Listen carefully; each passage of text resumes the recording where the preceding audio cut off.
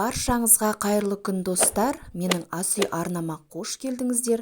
Бүгін сіздермен үнемі өзімнің жасайтын салаттарымның бірі, яғни ұнататын фунчозе салатының рецептісімен бөлісетін боламын. Арнамнан алыстамай, видеоны соңына дейін тамашалап, менімен бірге сіздерде жасап көріңіздер. Ендеше бісміллә деп кірісейік. Бізге ең алдымен сұйық май қажет болады. Сұйық майымызды табамызға құйып, майымыз қызған уақытта ұзынша және де ірі көлемде туралған етімізді осылай табамызға салып, жақсылап қызып тұрған майымызда қуырып аламыз. Біздің етіміз қуырылғанша бізге пияз қажет болады. Пиязымызды дәл видеода көріп отырғандарыңыздай осылай ұзынша етіп турап аламыз. Келесі кезекте бізге қызыл түсті болгар бұрышы қажет болады. Болгар бұрышынды да осылай тазалап алып, одан кейін ұзынша етіп, оны да біркелкі етіп турап аламыз. Бізге болгар бұрышының қызыл болғаны маңызды, себебі біздің фунчозымызге өзінің қызыл түсін береді. Дәл осы ретпен бізге чеснок қажет болады.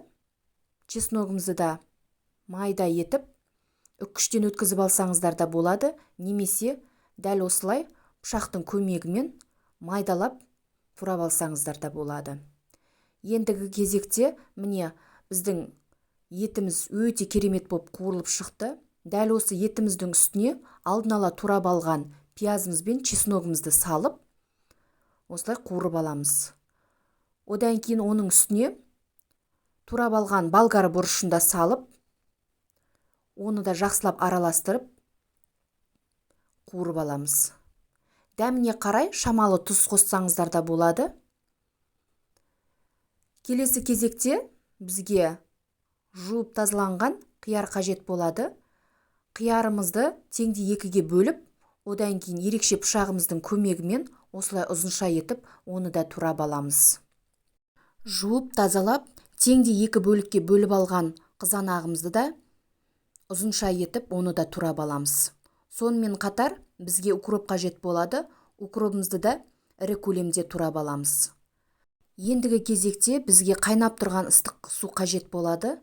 Ыдысымызға ыстық суымыз қайнаған уақытта осылай крахмалымызды салып, отымыздың астын өшіріп, қақпағын жауып, 10 немесе 15 минутқа қалдырамыз. Келесі кезекте салатымызды араластыру үшін алдын ала үккіштен өткізілген сәбізімізді, қиярымызды және де қызанағымызды, крахмалымызды, алдын ала қуырып алған етімізді, сонымен қатар укроп және де бұрышымызды қосып, дәл осы салатқа арналған чим-чим дәмдеу үшін қосып, қолымыздың көмегімен ақырындап, ешқандай күш салмай, осылай біркелкі етіп араластырып аламыз. Міне, біздің өте керемет болып шыққан салатымыз дайын. Дәл осы рецепттің толық нұсқасын описание бөлімінде жазып қалдыратын боламын. Сол жерге кіріп, сіздер де жасап көрсеңіздер болады.